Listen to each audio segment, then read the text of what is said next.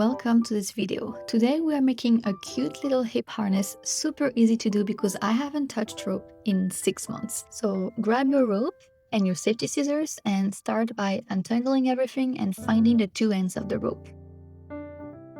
Once you found them, you can pass your hands through the rope to find the bite, to find the middle of the rope. Then grab your bite, that little loop, go behind your back, make sure the rope lays flat against your body, and then bring all the rope through the bite.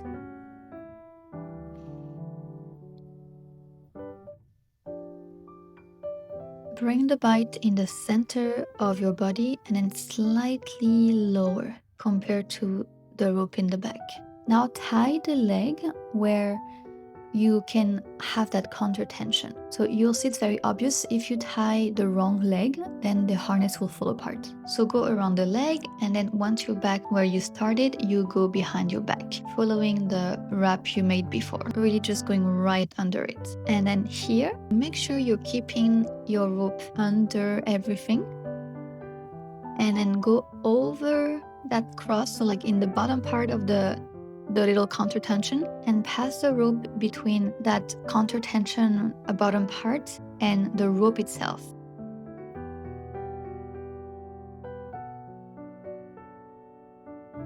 And then just keep going under your leg. And then here you'll see that crisscross pattern will happen naturally if you just go under one of the wraps.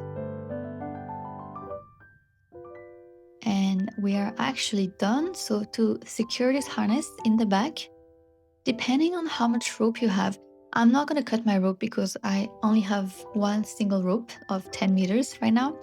So I'm just going to secure it by doing the same knot we just did before, like keeping that rope under the wraps and then with itself going over the wraps and then under and then through between the wraps and itself. Exact same knot.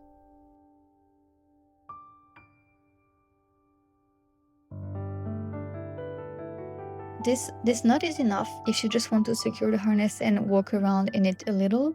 If you actually want to wear it, you can add an extra step. I will show it to you right after we admire this harness. I just love the crisscross in the front and the combination of the green, the rope, and the black. So to secure it more, and also it's a good way to get rid of some extra rope, you're going to do the exact same knot.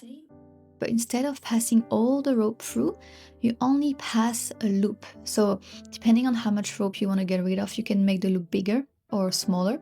So make a loop like I just did, and then you are going to make another loop and then bring that loop over the small loop you just created and then make it tight. And here, this is like super safe.